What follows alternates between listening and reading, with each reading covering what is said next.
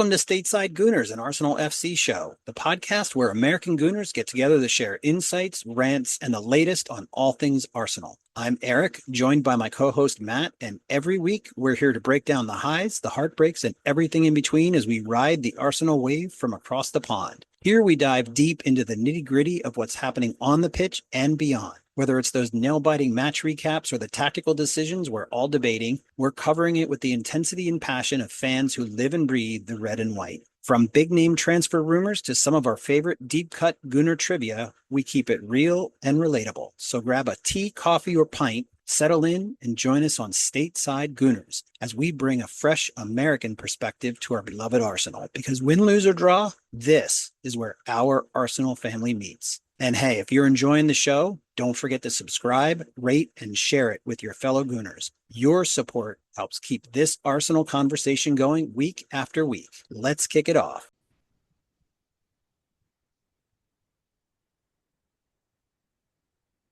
You're recording? It is, indeed. Matt, what a weekend. What a great weekend. Win, oh win, my gosh. Win-win for everybody. Well, almost everybody. Wins all around. At least wins for the good guys and the good girls, right? We got the wins where we needed. That's right. You bet. I wrote myself a note. Let's go inside the box of chocolates. What did you guys do for Valentine's Day? Well, we are a boring couple. We didn't really do much on Valentine's Day except exchange gifts, so that was fun. All right. Well, That's a fun. did you watch a movie or? No movies. In fact, I'm ashamed to say that I watched Penn State's wrestling match Okay. I didn't. Yeah. against No shame against there. Ohio State. So And how I much did did they win watch by? that. Oh, it was actually kind of close. At the lightweight, the Ohio State kid pinned our kid, and then the end game was on. But they did win by what, 17 points at the end of the day. So it was sort of a rout. So my wife and I went How out to about you? dinner. Yeah, we went out to dinner, and then the venue is it's a restaurant sort of on one side, and then next door to it, there's a door you just go through, whatever, is like a little mini concert hall. They call it on stage.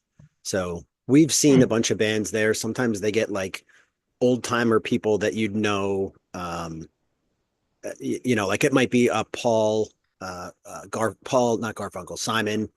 He might show up to do like one show every Huh. couple of years, or you could see some relatively local, regional kind of people. But it's fun. So we went to see a band there, and so the funny thing is we're on our way out, and out of nowhere, this guy assaults me with butter, cream, and milk. So I look over at Karina and I go, "How dare he?" Boy, that is not good. That's a prime dad joke, Yes, everyone. it is. Yes, it Enjoy is. it. Relish it. All right, tell us. What is what is going on with this fine stuff? Oh, We've seen this making the rounds here so today or yesterday, and I yeah, don't get it. You're gonna help explain Miles, it to I me. was really angry. I forgot we were going to do this first. It's I was really annoying. angry. Of course, I get angry. It's not really angry. It's more of it's an injustice, or what's the There's a word I'm looking for? fairness thing about this, right? There's It underlying so fairness. MLS gets red carded, 3 game suspension, out against Wolves for the most of the second, all of the second half, some of the first. We win the game 1-0 anyway. That was the Ricky goal. Yeah. And Character test. during the week, they canceled the red card. It didn't even count as a yellow card. He didn't even have to miss any games. I was thinking that they made it a regular red card since he missed the time, remember, and I was wrong. But they basically fined the players and the club £65,000 for the reaction to that red card. So they said Arsenal said, well, the players, I mean, they were emotional and justifiably wanted to speak to the referee for the player for MLS because of his decision and ask him to reconsider, because everybody knows, everybody who played for Spuds said out loud, if they were a pundit, that should not have been a red card. And if Spuds are saying it's not a red card, You know it's it's not. it's not. Yeah. Well, and so they said they were not gesticulating or accusatory. They didn't behave in a way that was offensive or violent or threatening or abusive. They No. weren't indecent, insulting, or provocative. But the league said the red card issued being overturned did not justify the reaction of the players surrounding the match referee and affords no mitigation. Then they were like, just because you compete at the top of the league. And essentially what they're saying is uh, some sort of entitlement.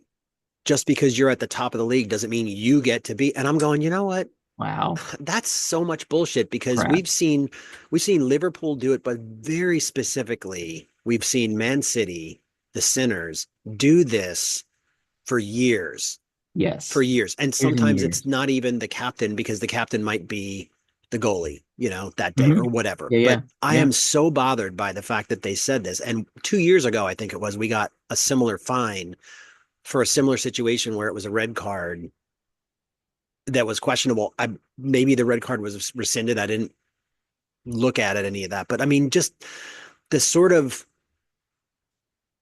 thought that this goes against us once again, and all the times that other teams do it. I think I only can think on the top of my head and don't recall which team it was. One other team was fined for something like this season, but it happens every single time there's a penalty kick. Every single time Bet. there's a red card. Every single time somebody gets hurt and is rolling around on the ground and his teammates come to the referee like, why is that not a red card? Like, we got Okay. singled out. So anyway, It's frustrating, but again, another example. they said in the article I read on the Sun, in the Sun, the sun.uk. The sun.co.uk. So if you want to look it up, but it said, and so a line is drawn under a completely ridiculous turn of events. And I agree. At least it's drawn. Oh, at least it's drawn. On this episode, Eric, we are going to talk about the Arsenal men versus the Vardys. Then we had a little debate about the European, or we're going to have a debate about the European model versus the American model We for can say we sports. this was pre-recorded. Actually, we thought we were going to put on the last episode, but the last Yeah, episode was okay. already an We hour did. long, and so we We didn't use it. pre-recorded this, Yeah, folks. so Then we're going to talk about the Arsenal women. There was a North London derby, folks, over the we weekend. what a good North And London what a derby. great derby that was. And then we're going to finish things off with three quick And things. actually, today, three quick things are quick things, which is They fun. really So, truly are. They're not the lengthy ones that you've been receiving. So, Eric, but first, so in perhaps the first time I've ever agreed with Gary Neville, Gary Neville said, "I've said United in the last 10 years are the club where players go to die." That's enough right there that I agree wow. with him. For him to say that about his own club, that's hysterically funny. And it's not untrue. It's accurate, yes. They have two strikers and just got rid of one of their strikers. What's his name? Number 10, because none of them are doing well. Yeah. Rashford, Rashford, they shipped him out. He went somewhere down south. Yeah. he went to Aston Villa. So then he goes on to say this club, and the conversation was about Spuds. So he goes, this club is where great managers go to die. And I love it. And we've talked about how they've had 15 managers since, I don't know, the turn of the century, something like that in 25 years. And we had to go back to the 19th The century origin, I think, of Arsenal to Football get to Club to 15 find managers. 15. Like, it's just Crazy. ridiculous. So anyway, Absolutely crazy. uh, the other thing about Spuds, while I'm on the topic, is that I think about the manager and his tactical strategies are pretty opaque. And you know what they say, the meaning of opaque is unclear. And I think that's what his players feel like. So there's your other dad joke for There the you day. go. There you go, And I folks. feel like, Matt, I can say these things because my glass house is just a stone's throw from here. So As they all are. Arsenal men versus the Vardys on Saturday morning. Ooh, early morning. 7:30 wake up call for us over here. well, and fan of the show, and sometimes we text. Aggie, what misplaced Aggie? Yes, yes. 6:30 he was up because he's out in like the Oof, Midwest. So yeah. Any oof, of you listening that were more out there, brutal. kudos, or farther west, kudos to you guys for getting up early. Getting up to watch that. What were your big surprises? Well, not a total surprise. I'm going to throw this one in there. Vardy didn't score. I thought we'd be able to hold him. Oh, He had his little like opportunities, but I liked some of the shithousery. I gotta just kind of say it, like the way they bumped him and complaints that he had falling down trying to get penalties. So it was a surprise a little bit that he had essentially nothing. But for me, it was Lewis-Skelly because I thought we were going to get Calafiori, and we got right. Lewis-Skelly. So the fact that he came in at left back, loved it. So Sterling, none of the forwards, I think we called it. We said it would be those three. We said it would be Ethan and Trossard up the middle and Sterling on the left. But what surprised me is that he lasted as long as he did, Matt. What a horror game. I couldn't even believe that he lasted until 69 minutes or whatever. Should have been off at halftime. how many offsides did he have? And All how of the did he offsides. grouped them all in just like spans of 5 minutes? He'd be offsides like five different times within this little tiny compressed time period. Somebody Crazy. sent that through ball that we give up on a goal that goes into the channel, and he runs onto it and he goes to cut back and misses his dribble, like just missed dribbles. He gets the ball and he has a chance to cross it over, and he kicks it right into a guy's knee instead of lifting it and getting it over, so somebody can get something on it. He runs down and it ends up being a cul-de-sac. He has to turn around and send it back, but some of the time he ran down into a cul-de-sac and couldn't even turn it around. He got the ball just taken Mhm. from him. Yes, he was very, very poor. And if we never see him again this season, that'll be fine by me. Well, we'll talk about that in another minute, but yeah. And Merino getting 2 goals, and not just 2 goals, but 2 goals in 6 minutes, Matt. That's crazy. Holy crap. I couldn't believe how good he was. His movement was awesome. Hmm. And having him play that role, I mean, there were rumors that maybe he would I mean, be, and people thought, hey, it's the height. He's the same he's the same height as Kai, so that's what let's do that. almost none of the same skills, but whatever. For me, it worked, and they did talk about it, and they talked about comparing him to Kai, and another midfielder that moves forward to striker, but they also talked about one of Arteta's compatriots, Marouane Fellaini. So we're going to get into that in a little Yeah, bit. yeah, yeah. But We can talk about that. just the way that he moved, like you said, and the service to him was much better than the service in the first half, 2/3 of the game. Mostly because we didn't have anybody in there with that height. You can service to him looked, maybe it was the same service, but when he's 6 inches, 7 inches taller than 5'9". And the physical presence that I mean, he's not just tall, he's big. He's a Yeah. big dude. And yeah, so let's talk about some big moments in this game. Anything big happen in the first half? No. Oh my Yeah, the gosh. biggest thing for me was the offsides, and that I Ethan woke up for Nwaneri, this. of the 22 players on the pitch, Ethan Nwaneri probably looked the best, He and was very he's bright. a Yes, child, very a bright. man child, but child. Leicester might have had one or two opportunities, but there was nothing there to write home about. I think we probably had one or two opportunities, but nothing there to write home about. In fact, Second until Wooly comes on for Sterling, the only standout moment until then, and then we had a couple of other subs, was Nwaneri grazing the crossbar, and I think maybe it would have been, obviously it would have been a little, I think the goalie got a little bit of a finger on it that tipped it. Oh, he definitely got, yes, he Yeah. definitely got a little bit of that. I think it's probably the difference between hitting the crossbar flush and then it grazing and then going over. Well, So and it ended up you know, being a corner. And I think maybe another surprising thing is that we haven't scored off of a set piece in, been a while. I'm going to go 6 weeks, four Boy, weeks. It's been Saka, a come really long back. time. So I guess Get that's a Saka. surprise. But yeah, that particular one. And then Wooly comes on for Sterling, and 69th everything minute. changes.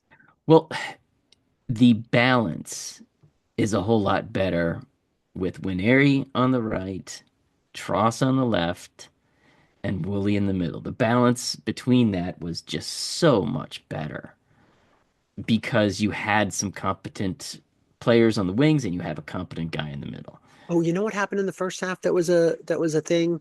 The guy that I talked about last episode being really fast, James Justin, he got hurt. He got Oh, hurt. that's And I was right. worried about him coming He in behind kept, MLS and behind Ricky, and he that's got right. hurt, and we never had to worry about that. But I will say this, and I think maybe it was because he was a little tweaked. It was something with the bottom of his foot. Yeah, it looked like a foot thing, and that just didn't, that's never going to be good for somebody who sprints. So there were one or two times where Raheem beat him, and I knew something was wrong with him because he's, in the top 10 fastest, and Sterling beat him to a couple of balls down the outside channel. And I was thinking, ooh, does Sterling still have it? Or, and then clearly, he And didn't. clearly, But, or, no. or is that the Justin thing? And clearly it was the Justin thing. But So right after Nwaneri hits there, soon after Nwaneri hits the crossbar, 73rd minute. Now I know we want to talk a little bit about what happened prior to this. MLS gets that little bit of a touch on the cross to avert, the far post tap in by Leicester. Great awareness on his part, great ability to get that touch. I feel like in my memory, and correct me if I'm wrong, I feel like he almost got wrong footed. Like he was standing on his right foot and like kind of did like a and threw his body out at it, and his toe kind of just barely got it, and the guy that was behind him was like, what just happened? That was my goal. Yes, it just out of his reach. And I know that Unreal. you don't listen to the announcers. No, I do not. Exactly, waiting for it. So the announcers were like, that could have gone anywhere. He could have put that in the net. In the And net. Yeah. maybe if he got a little more foot on it, it would have, but he got toenail. So Yeah, he barely grazed it, but it was just enough for us to continue. It's a corner. Just prior to that, it's that whole sequence of events starts out with Partey losing the ball at midfield on a pass to Timber. And right about then, Eric, I was really annoyed. I was annoyed with Timber. I was annoyed with Partey. Timber is just out for a Sunday stroll getting back. while he was running towards our offensive zone and the pass was supposed to go to him and got picked off. So he was moving in the other direction. I don't know how I was annoyed that he didn't sprint back, but Thomas was there. So I think his job was to cover whoever was coming in behind, and he jogged back to make sure he did that. But it looked bad. The optics were It terrible. was well, we've talked about this earlier in the season. We saw whenever the ball would get turned over, we would have five guys sprinting back and ready to go to outnumber them, regardless of what's happening. Now maybe the instructions are different because this is Leicester and that was somebody else. But boy, that irked me. I'll tell Irked you me. this. I'll tell you this, Matt.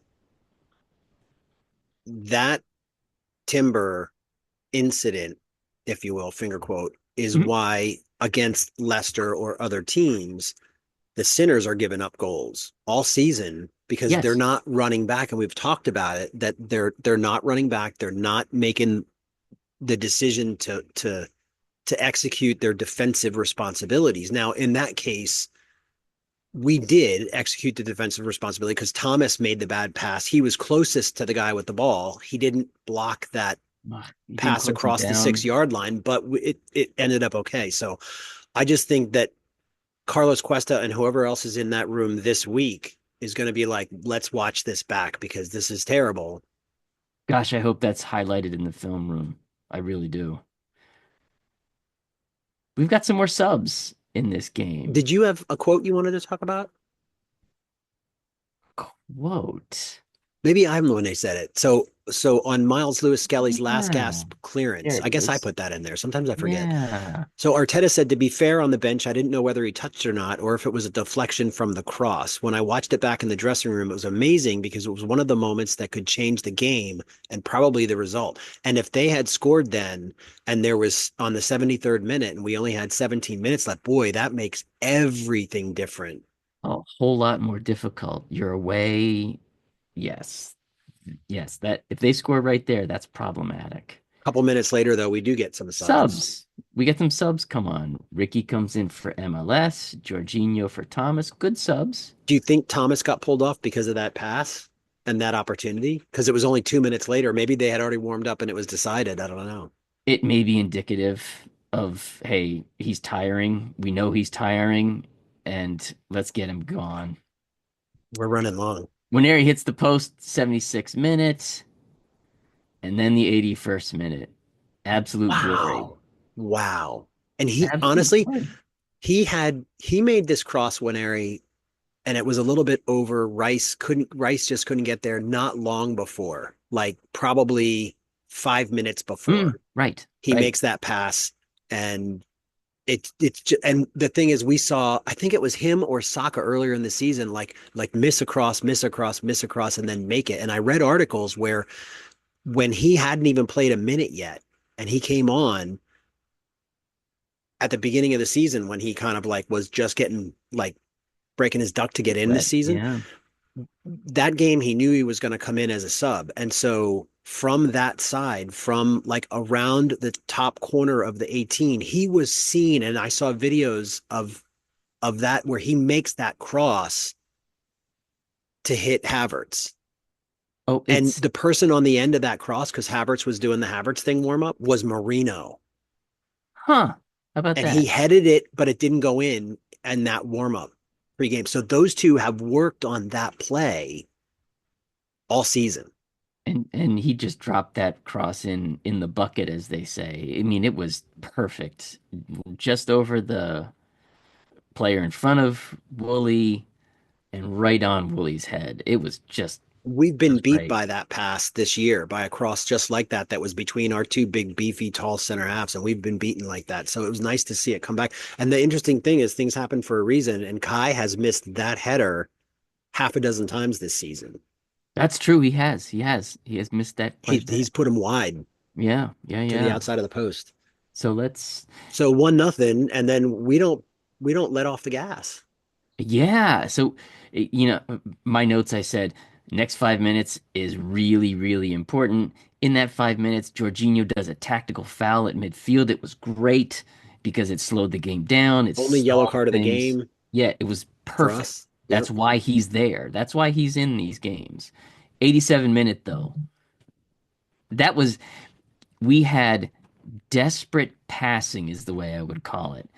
Martin gets the ball right around the 18. He has a desperate pass out to, was it Ricky? Ricky at midfield, sort of. Ricky gives a desperate pass because it's sort of like last ditch effort to Trossard. Trossard has it on the wing. Leicester's got us outnumbered 2-6. What do you think's going to happen? Lose the ball down. I thought he would either run to the corner or lose the ball down there. And then, but we definitely were on defensive. But the thing is how many legs has he broken? How many ankles has he broken this year? And so he drops a shoulder and the guy delays just a second. And remember, it was the substitute Oh, right, right, for the fast guy, for the Justin. fast guy, for Yep. Jordan. Jordan. Yeah. Justin. Fast. It was the substitute for Justin's. Yeah.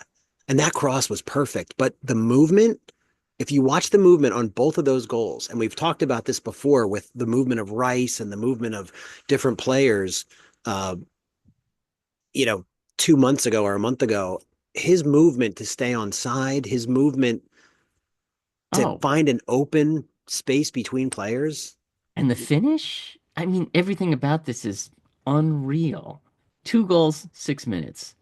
I'm actually surprised he finished that one with his left foot instead of his right. I know it was left. Yeah. Right. I was like, there's no way I'd take that with my left, but Usually when you okay. hit it with your left foot like that, it comes off the heel and kind of like ends up wide of the post, but he nailed it.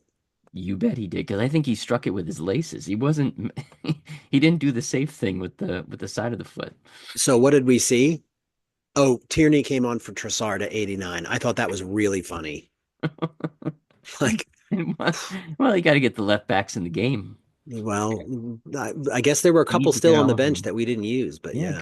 gotta bring them all in. I think we got them all in. Sterling should only come on in the 89th minute from now on. He should not start. He should not come on in the 60 something. He should come on at the 89th minute. And Mm, frustrating. Best player, the man of the match oh in yeah. this game, hands down. Nwaneri was Did they fantastic. give him man of the match or did it go I have to no idea. yeah, I He's don't mine. He's what I would put. oh, he's my man of the He's match. my man of the match. And we also we did a best value for time played. Oh my God. Wooly got 2 goals and he did it in only 24 minutes of play. It's my estimate. He came on at what, 69 and played till 95. So Yeah, he talked about maybe it's 26 minutes. how many Oof. braces he has after the game, and he really didn't. He's never scored a whole lot of braces in his career, and this is one of them. 24 minutes, magical. Want to just breeze through a couple of these because I got a whole Yeah, bunch of these them. But quotes, on shoot some quotes. Merino, if he's going to be up front, he says we're going to have to share it. This is Arteta. Maybe someone's yellow card or it's fatigue that's going to restrict what we do in terms of personnel, but we have to be prepared for different scenarios, and blah, blah, blah. And then he talks about Merrill and Fellaini because people have been talking about that all week. And he says, well, I don't think that's fair. And remember, he played with Fellaini in Yeah, Everton. And he goes, but Mikel has that, meaning Merino. He's a goal threat because he can smell danger. Boy, did he. And he goes, he can anticipate the action. Boy, did he. He's mm-hmm. got really good timing. Absolutely. So on Nwaneri's talent, he says he's showing basically that's him, what he's showing. He says, obviously, his age is something that puts a question mark how we have to deal with him, which I agree with, and we're going to talk about in a second. But every time that he's given us, he's always let me go, let me go, let me go. So when a player's giving you all those signs, you shouldn't stop it. Well, he has quite a few times He is. stopped. Well, yes, he has stopped it early on in the season when Odegaard's out. He doesn't bring him But even in. ESR, You he bet. stopped it You with bet. Yes. ESR and, Yes. some other players that maybe we could have Many developed a players. little better Yeah. over time. And he stayed with 12 or 13 players. So I like that he said that because it says that he recognizes it and maybe next time he'll do something with it. But it was a terrible take. Joe Cole said on TNT Sport, these touches he produces in and around the box, tiny little touches. I don't want to say it, but it's like Messi. I've said it. Uh, And he goes, I don't want to put any more pressure on his shoulders. I'm sure he'll deal with it. I'm like, the better take is immediately after that, Newcastle icon Alan Shearer, right? All time leading goal scorer. He goes, 17 years of age, a potential superstar. He was without a doubt the bright spark for Arsenal. And that's the way you say something like that. accurate. We All of talked that is in we accurate. talked in the warm up Beautiful. about how Neymar was like the next Messi, and look at the career he had. I mean, it was good, but it was not the It level was that not it should have Messi, and been. he'll never be able to live up to that expectation. Nobody is Messi. Nobody is Yeah, Ronaldo. horrible And thing nobody to ever say. will be, as far as we know. So maybe not in our lifetime. I mean, it took from the 60s and 70s until 2003 and 4 when Messi started playing. So you're talking about 30, 40 years to go from Pele to Messi. And who did Yeah, who did you have in between? I mean, really, from a goal scoring perspective, you had the other Argentinian, Maradona, and Maradona, maybe oh, Cruyff. Maradona, That's Cruyff. about it, right? But neither one of them were Pele They're or not. Messi. They're not So there. yeah. Yeah, yeah, yeah. After the Anyway, match, after the match is over, this I found this funny. We started this off with Valentine's Day. Let's add a little Valentine's Day flavor from Wooly. He admits in the post-match interview he did not get his wife anything for Valentine's Day. no, Oops. No, they were in Dubai. I mean, well, anyway. Um, he claimed that not both even something at the goals. airport, Matt. Right. There's got to be some stuff. Maybe even on the planes. Uh, he claimed that both goals he scored were gifts, finger Finger quotes, quote. for his wife, and that she would be happy about receiving these goals as gifts. I'm You asked me, did you paraphrasing ever there. score a goal for anybody? Did you ever I dedicate a goal to anybody? I never dedicated anything because that's way too much pressure. to try to get that. You do that before the game. That's what I see as dedication. Dedicating a goal is declaring it before the game and then doing it. Right. I have scored. Scored a couple of goals for my mom on her birthday. Okay. And I didn't score that many goals, especially in high school. And yeah, they just happened to be on her birthday. Nice. Stupid looping headers. Nice. Yeah, it was good. It I don't was think that fun. Pointed to in the stands. That was fun. Good I moment. don't think that we can use Wooly as our striker. We definitely need a striker. Mm, So in the summer we have to make that happen. I think that we're not poor by any stretch of the imagination, and I think they're going to spend a lot of money in the summer. But did you know that the patron saint of poverty is Saint Nicholas? I did not know that. Saint Nicholas? Nicholas. I wonder if that's a portend of things to come. I don't know. Mr. That would be fun. That You would might be have missed my fun. joke. Oh no, Nico, No, Mr. Nicholas. Saint Oh, Nicholas, yeah. See, patron I didn't saint get of that one. poverty. Yeah. I Anyway, I missed that one. one other thing. I had a thought, Matt. No, no, never mind. I need that. All right. Arsenal women. Do we have time? We keep going long. This is we're not gonna make it Yeah, with we're not gonna make it. All right, women let's and the let's three take a components. break and Yeah.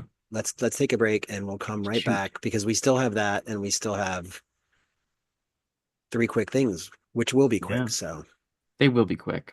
okay, we'll be Cool. right back.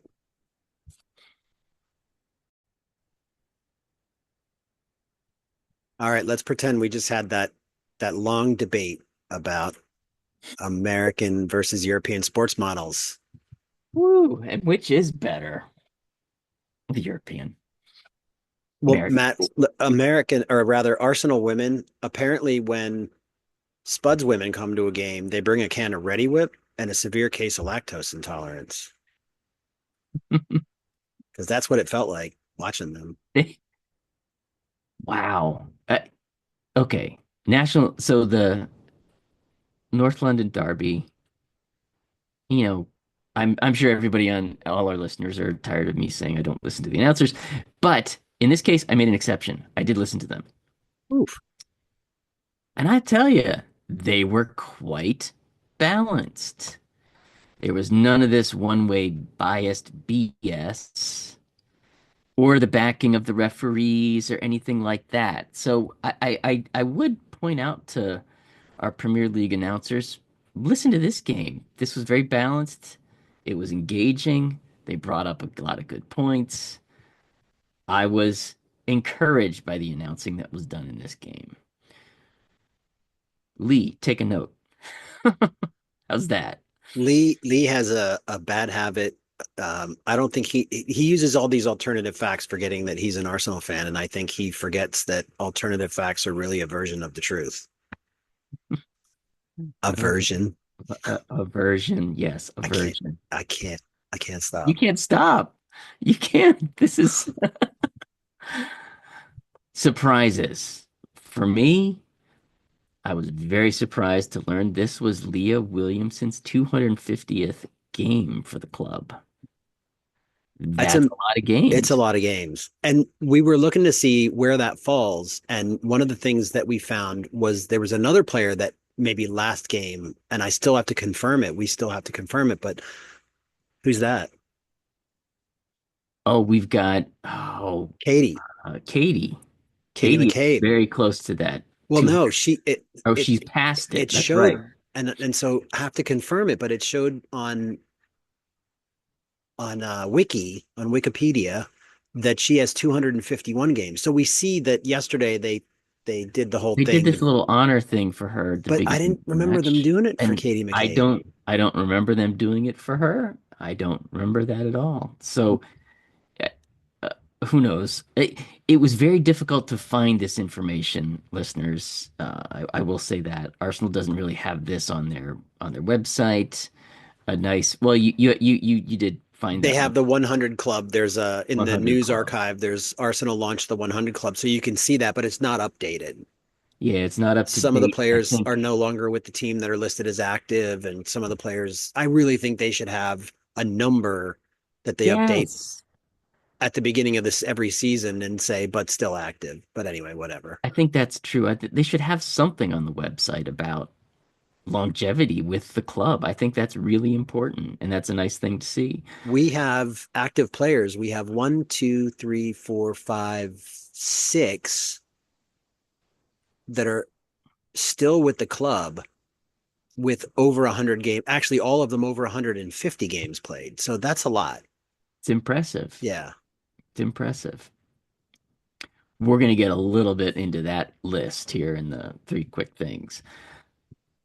There were five changes from the FA Cup starting lineup. That's, I think, what you would expect.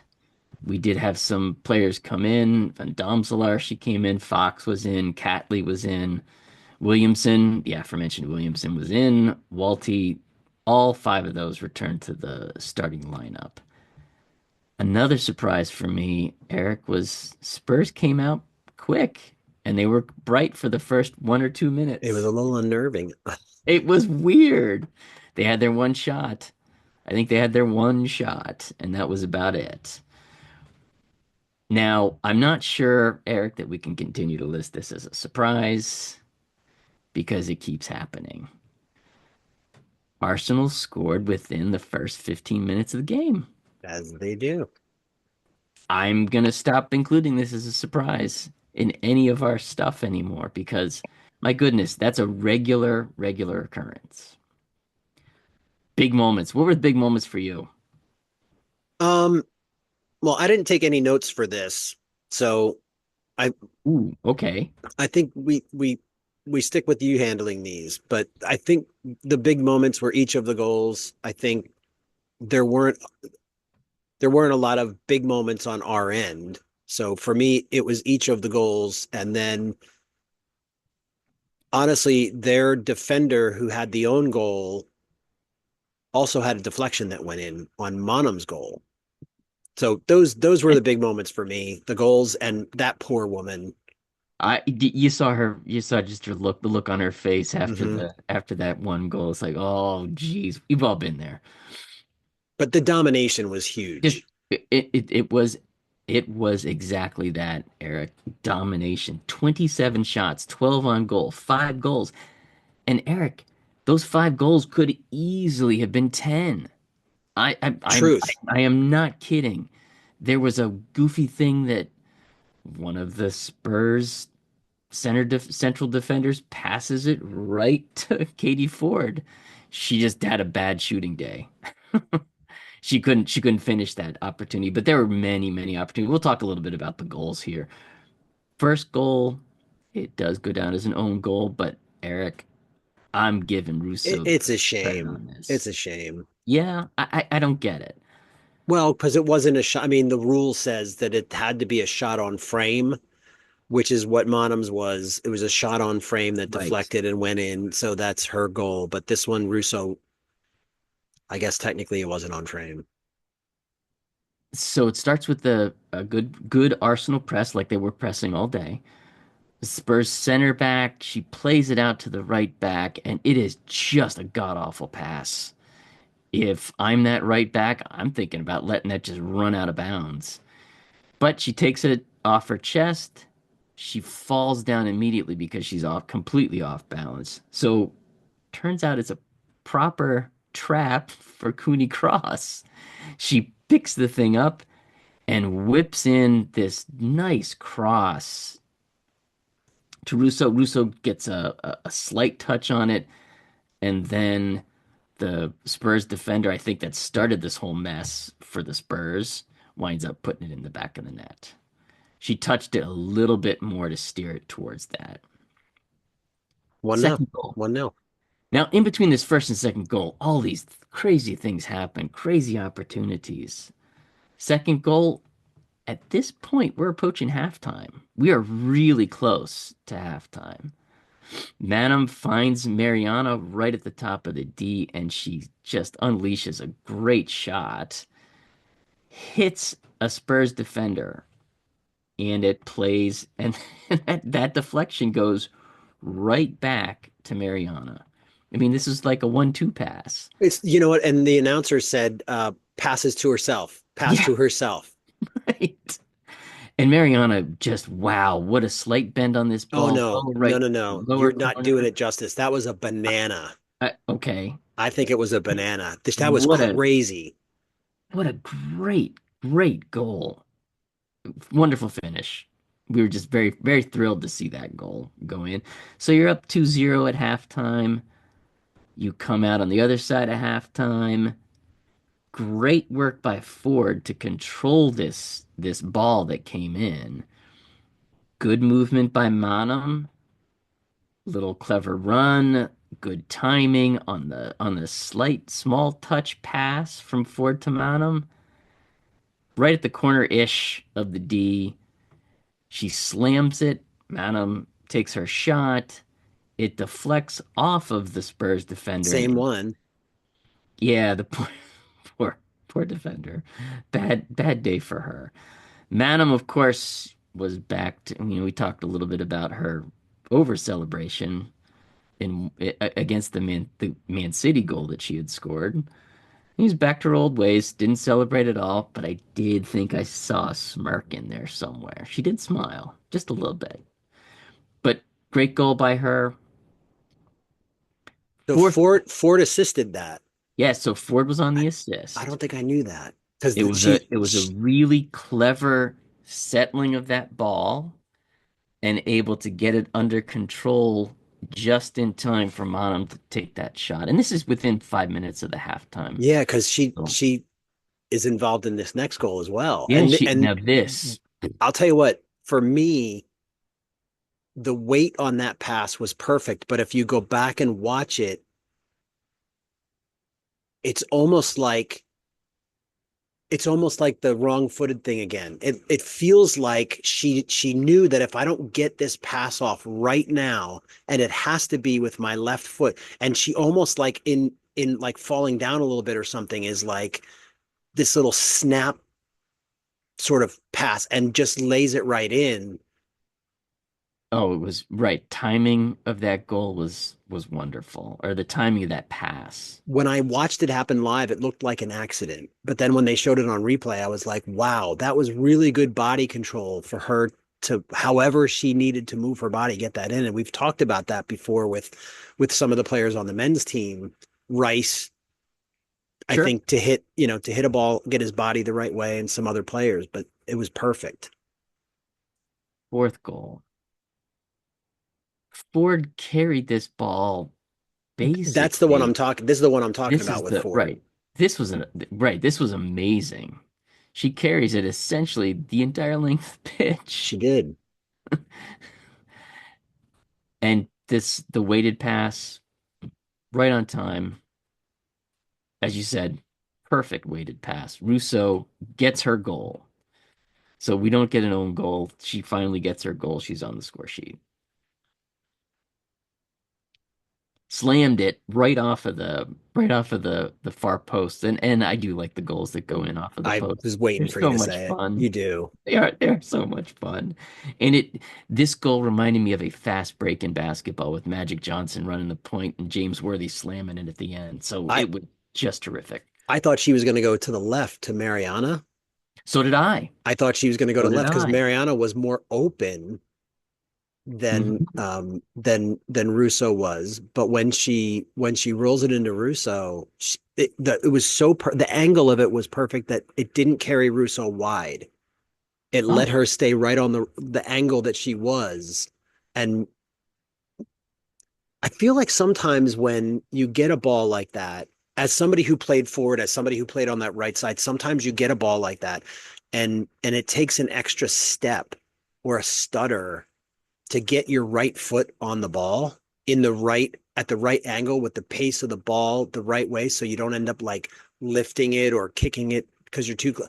And she paced herself on the pace of the ball perfectly that she just lashed the hell out of that ball oh into that yeah, goalie post. had no chance. No chance. I mean, to get your left foot down, your plant foot down, to Yep. strike that right foot, that's exactly what you're talking about. That was very difficult to do, and she did it well. And Terrific then goal. we All had that work. Yeah, fifth goal. the Oh, American. got to talk about that one, Eric. That was what a cracking goal. This is towards the end of the game. We're about, I don't even know if we're in extra time or not. It starts on the left-hand side of the pitch. Little little square ball to Kim Little, who was right in the middle of the D. She passes the ball to Fox, Emily Fox, who is about 8 yards outside of the D. And you heard the whole crowd go, shoot. Emily takes one touch, and oh my gosh. That's all I can say, folks. Oh my gosh. Find this goal. Find it. Watch it. Be amazed. Yep. I could not believe it.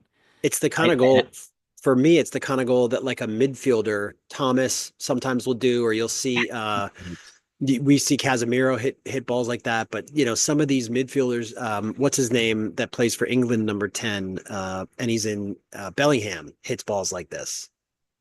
it was perfect. I mean, absolutely perfect. She took one touch to settle it and then just lashes it right into the top corner. I think it hits the post as well. So, and we've talked about now another big moment in the game. Chloe Kelly did get in the game. I know we've talked about her in previous episodes. She got in the game, substituted in for Ford on the right hand side.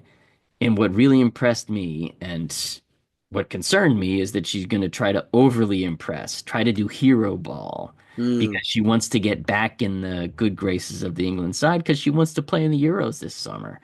That's the whole point of this. One of the big selling points of this move to Arsenal, this loan. So I was very concerned that she would. She didn't. She was a team player. Every touch that she had was fantastic. She had a moment. She started on the right side. She wound up switching over to the left side, left wing, towards the end of the match. She beats somebody and she does hit a cracker of a shot that hit the top crossbar. So she just missed it from a very, very acute angle. And that would have been just a fantastic way for her to cap off her 20 minutes that she got to play for Arsenal in her return to Arsenal. So she had a rousing ovation from the crowd. Everybody was happy to see her play. And a side note on this, we did mention she wasn't on the call-up list last episode for the England squad. There are some injuries on the England squad, and now she is. As of Sunday night, she's been called up to train with the team, really? and she is in training with them for this international I break. So did not know that. that's a nice little capper to her weekend. From going, can you imagine the emotions? She's going from first first game back at Arsenal in 2,800 days, I Yeah, think is what they right? That's a said. long time. Yeah, that's a long time between appearances. And able to play the way that she did, and then to cap it off on Sunday night being told she's going to come up and train with the national team. Nice. That's a pretty nice weekend. When we talked about this preview, there were six things that I was interested in. Wow, did we get some answers? Russo put in a great shift everywhere. You could not miss her. I don't know about you, Eric, but I could not miss her. She was everywhere in this game. Ford, we were concerned about Ford. We hadn't seen much from her. She was great, other than her shooting. She had two very good assists, a bunch of mazy runs that she did, and if she could have capped it off with a goal, that would have been better. Hmm. But But so she's playing well. Ford had 2 assists. Yep, she got the two assists. I'll take those. Exactly. Yep. Chloe Kelly, we talked about her. Great to see her get in the game. We didn't know if she would. It was No, great. I thought she did well. I didn't, my take was different than yours in that I didn't think you had really nice things to say. I don't have anything negative to say, but like it's going to be nice when she's more fully aware of all of the players around her and where she's supposed to be and where the movement is Mhm. that she's because a couple of times it looked like she ran to the same spot as someone else. Like, oh, there's an open spot and two players ran for this, and then she had to adjust because the other person was like, no, I'm supposed to be here. That's true. I So I remember think a I couple of think those. that there's as well as she did, right? And I'll finger quote as well as she did. I think there's so much room for improvement. Oh, let's put that anywhere. There's so much room for improvement with her, and I'm really looking forward to seeing where that is. And if that improvement continues, man, it's like signing a new player because we could sign her as a new player. You bet we could. We could easily do that. Niswanger. Jenna Niswanger, we talked about her, the American. She did get in the game, but this time it was at left back. And they pushed McCabe up to play left midfield. So Niswanger experiment at left midfield. Maybe that's So done. McCabe is a left winger, right? Most of her career, and they moved her to left back, and her defense is pretty good. But it's interesting because, well, she first of all, she's my favorite player on the women's team, right? And part of the reason she's my favorite player on the women's team is she's got ball skills, she's got a shot because she played as a forward, but Mhm. she's filthy, man. She is a shithousery queen, and I love it. I love it. I would hate her if she was on someone else's team. Not hate her, but just the way she plays and stuff like that. But because she's on our team, man, I love watching her play. And for them to be able to move her, she could play left wing better than Tierney because she did it. She could play midfield, played so talented and so Very flexible. flexible. Yep. Very flexible. That's what you want, especially in this team, which players move all over the pitch. It's great. Midfield goals. We talked about this. Yes, Manum scored another one, and so did Mariana. Great to see contributions there. I have a question for you. Go for it. On the men's team, the guy who scored the goals, does that come from midfield or does that, Ooh, tough one. Yeah, that's a good question. I I think think, Wooly, both of his goals, I think we're going to count them as striker goals. yeah, they're definitely I don't striker. think we Just can funny. count them as, but yes, you're right. Do we count them? And so, yeah, not quite a sellout. You wanted the 60,700 or whatever, Yeah, but this was the largest I saw this season, the most fans to attend a single game this season. you bet. And Arsenal fans come out and support this club, and it swells my heart to see this. It really does. I sent you a graphic about last year. Mm, You want to talk about that real quick? Do a little scroll down. yeah, last year's attendance, folks. Average Arsenal attendance per average game. attendance 36,000. You know what the next one is, Eric, on this list? Everton? 11,000. No, and it's Man United, 11,000. The next one on the list is Chelsea at 7,000. Isn't that And it crazy? goes down from there. This is a wonderful little graph that you've got here, and it's nuts. 36,000 they averaged last year. You talk about support. Come to Arsenal, play for Arsenal. You'll be supported. And you talked about conversations going on that Arsenal are falling behind Chelsea in Yeah. recruitment and things like this. And my take on that was that all of those fans coming in, would you rather play where they're playing with 5 or 10,000 people in the stadium, or would you rather play where there's 30 and 40,000 people? This season, they're supposed to play 8 of their 11 home games at the Emirates. So we'll see if they end up getting there. I know they were supposed to play 3 in the Champions League, and the one And from got the one. Bayern got pushed, to the smaller stadium. But the point is if it were me and if we're recruiting and I have the chance to go to, Spuds or Chelsea to win titles, or go to Arsenal where I have an equally good chance of winning a title because they do every year have a shot at it. They just need to beat Chelsea. But I'm thinking I can beat the people at Chelsea. I can beat those girls. And this team is good. And I'd rather play in front of 40,000 fans. You bet 40,000 screaming fans. And that will support you thick and thin, these guys. The other part of it, Matt, is that we talked about the stadium expansion last episode, and we talked about, Right. the investment and why the Cronkies do the things they do, because even though they own sports teams, they're real estate moguls. But having the number of fans like this, so I forget, 250,000 pounds a week is what some of our players might make, in a week. Multiply it out by 52. That's about what the total is for all of the women on the team. Mm. 250,000 a week.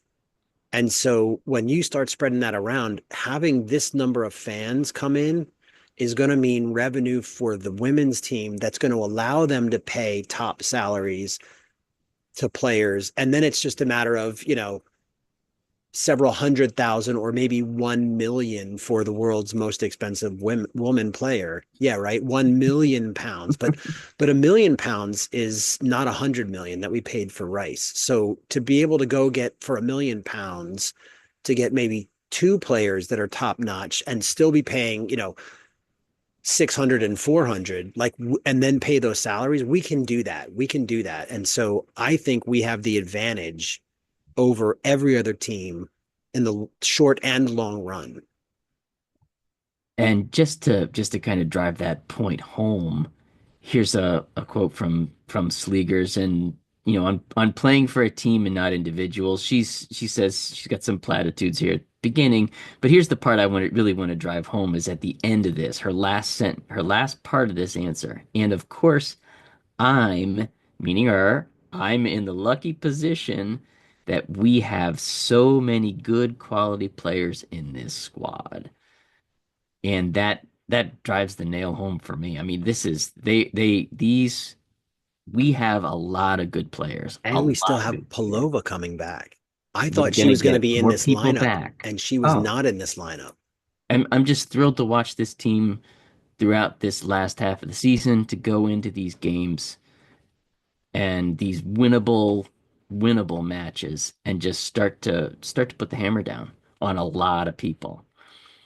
One thing one thing before we leave the match itself, I need to have a shout out for Cooney Cross. Kyra was just fantastic.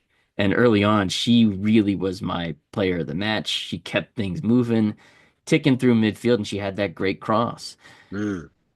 It was so all of these women are capable of being woman of the match at any point in time. So where do we stand? Where do we stand? Man United won. They beat They beat Crystal Palace, who's carrying up last place in the WSL. So they maintained their 3 point lead, but we did gain ground on them in the goal differential. So we now are up on them plus 25 goal differential to their plus 21. So if we tie for second, we've got the nod based on the superior goal differential. So I'm happy about that. So we're still trailing. We are in third place behind Man United, way behind Chelsea. They're in 10 points with a sneak by with a win in the last minutes against Everton to win 2-1. Man City, they still trail us by 2 points and they're sitting in fourth. Next up for most of the players, or many of the players on the Arsenal women's team, international duty. And in fact, some of them will be in the She Believes Cup here in the United States. There's 3 games in a week. So Interesting. folks, look those up and watch them because especially the Australia United States match, you'll see some Arsenal players going against one another, which will be fascinating to watch. Here's the optimistic take. Hit me. How many of the top five clubs, Chelsea, Man United, Arsenal, Man City, Brighton, how many of Chelsea, Arsenal, Man City, Brighton do we still have to play? Do you know? I think we played Chelsea twice. Oh yeah, we're done with Chelsea. We're done with City. We're almost done with United. We We have have one more. United So at the end. April 27th, Man United, Chelsea. Yep. May 4th, Man United, Man City. May 11th, Arsenal host Man United. So Man United hosts Chelsea and Man City on those two dates. But in those 3 weeks, April 27th, May 4th, May 11th, they play number one, number three, and number four.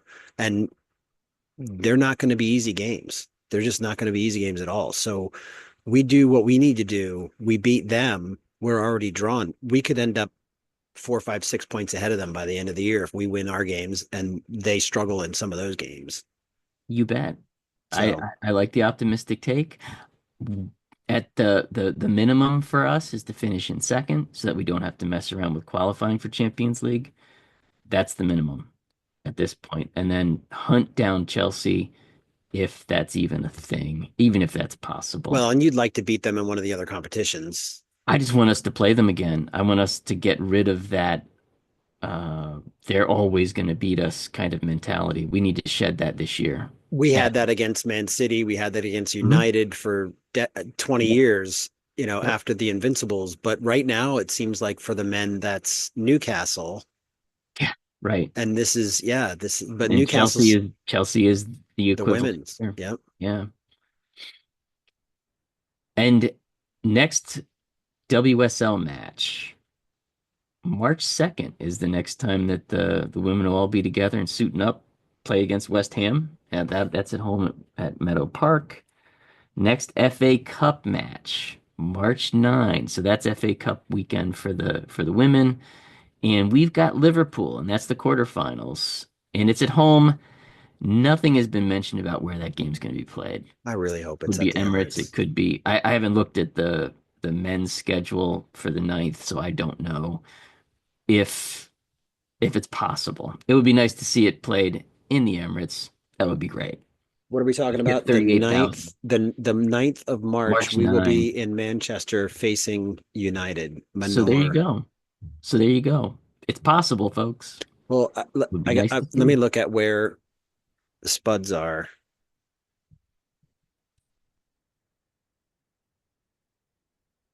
And the reason I'm asking about that is, they're hosting Bournemouth. And so what happens, folks, is that when Ah, in North London, when Tottenham is hosting and then Arsenal is hosting, they try not to put them at the same time because they're so close together, and it it taxes it taxes the the police services and right, protective services and things like that. So maybe they emergency. won't. Maybe that's the Uh, reason they won't. But we'll see.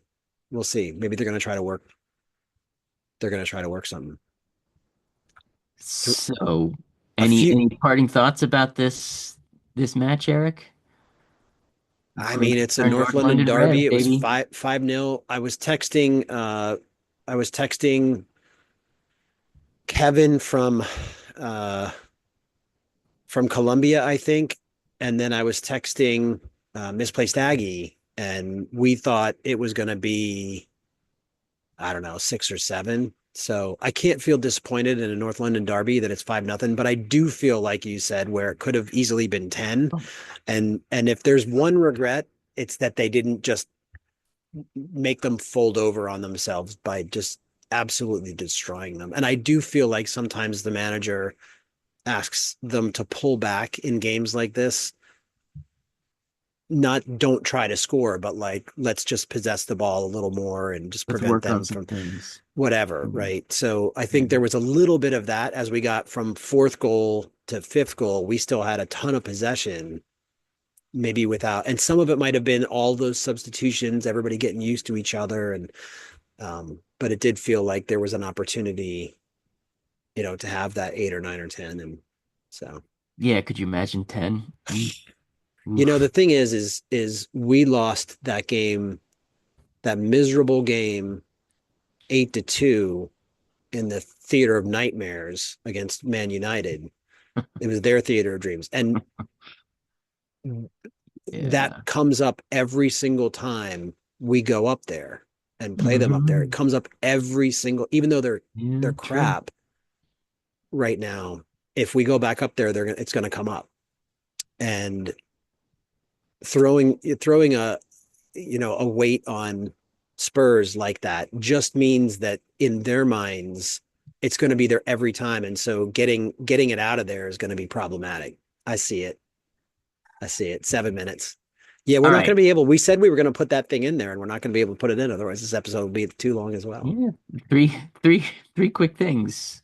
Well, so real quick, you talked about we've got some players that have appearances. Kim Little has the most at 364. Katie McCabe reportedly 251. I have to double check it. Leah Williamson Yeah. 250.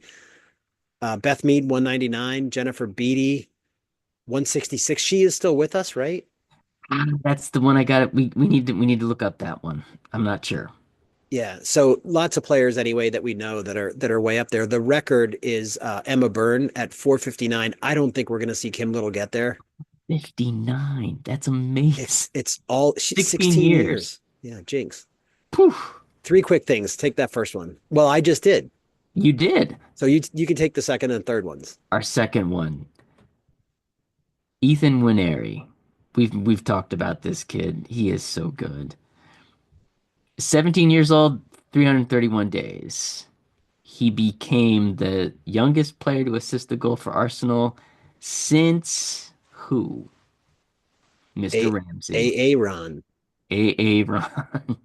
And he did that against Blackburn, which is crazy. 17 years and 262 days. When's the We last haven't time you seen thought about Blackburn in Blackburn? a decade and a half, I bet. Yeah, September 2008 was the last time we. How old was he? 17 years and 262 days. Just a Now, few months. this last one It's hard to is believe, like honestly, that Nwaneri didn't have an assist before now, for as much as he's played. in a Premier League game. Ju- Yeah, it is. I mean, he's played Ooh, enough and he's scored goals and he's scored worldies, but yeah. it's just surprising. And I guess But part of it is that he was taking some corner kicks, and number one, they were terrible. oh, But they were number awful. number two, we because we don't have Saka and maybe there's more corners on the right, we're just not scoring. I don't know. Whatever. Anyway, 12th man. You take this 12th man because this is fascinating Well, to me. so this is a Robin van Persie dig. The Dutch Football Association, they had a situation that happened and they ruled out a replay between Heerenveen, which is coached by Van Persie, and Fortuna Sittard. And so they made a substitution, the visitors, Fortuna Sittard, and the game at that time was 2-1. And so we got into a little bit of extra time and they had 12 players because the new player came on and the old player didn't leave. So Nobody they left. had made a couple changes, but one of the players that was the extra player was involved in earning a corner. And from that corner kick, Heerenveen ended up getting a draw instead of a win because they got the goal off of that corner kick. And I think it's great. They don't get a replay. The goal counts. It did happen in other games, and so there was in other leagues in Europe and over the years, and so it's always counted in these other. So it was like, well, the precedent is that oops, we missed it. It was only 22 seconds, and so if you couldn't stop them with the extra man in 22 seconds, then that's on you. I guess I don't know, but I love it just because it was RVP, and I used to love RVP, man. I Oh, really did. He was one of my until favorite he got players the to play on thing. the video games, because he was so good. And Mhm. I threw those games out. Yeah, until he stopped being yeah, his speech. Oh, guys, sorry, I'm gonna go. It was a very, very disheartening way that he left the club. Someone asked him, I don't know if we covered this on the program already on the show, but someone asked him this calendar year if he would consider coaching for Arsenal. And he was like, well, I don't think that's ever going to happen based on history. I don't think Arsenal, would want that. Fans wouldn't want that. Like, so and good on him that he knew. He realizes Yep. it's not ever gonna happen. And it wouldn't be great for him if he coached anywhere else in the Premier League either. So, No, no, no, no. If he ever came to the Emirates, it would be interesting to see what kind of reception he gets. oof, it wouldn't be good. Oof is right. All right, our next game, the men's, well, I say it's just the men's, but the men's next game is also against West Ham, even though it's not the same day. Hmm, right. So we have, because we didn't talk about this one yet. So we have West Ham coming up on Saturday. Yes, I think it's Saturday. Yeah. So I think what I'm going to do, Matt, is I'm not going to include Our pre-recorded. I am not going to include that, but we're not going to do an episode Thursday for all the people listening now. We will not do an episode Thursday, and I will put that out on a Thursday episode. So we'll have that content that's new for you, and it's 40 something minutes of Not it's short. 40, what was it, 35, just under 40 minutes. So that's plenty of content for Thursday. So you guys will enjoy that. All right. All right. I will work on this one. And in the meantime, Matt, A great weekend. yeah, well, What a it's great Monday. weekend. I know it's crazy to think it's Monday. It's Monday. Have a great weekend, but it's All right. Monday. Have a great week. All right, folks. And we'll Enjoy talk the to you all week. soon. See ya. Bye. Well, thanks everyone for tuning in to Stateside Gooners Arsenal FC show. Every episode, we bring American Gooners together to dive into the emotions, the tactics, and all the action on and off the pitch. If you enjoyed the show, don't forget to subscribe, share it with your fellow Gooners to keep the Arsenal conversation going. Until next time, from across the pond, this is where our Arsenal community meets: win, lose, draw. We'll catch you next time. Thanks for listening. Thanks, everybody.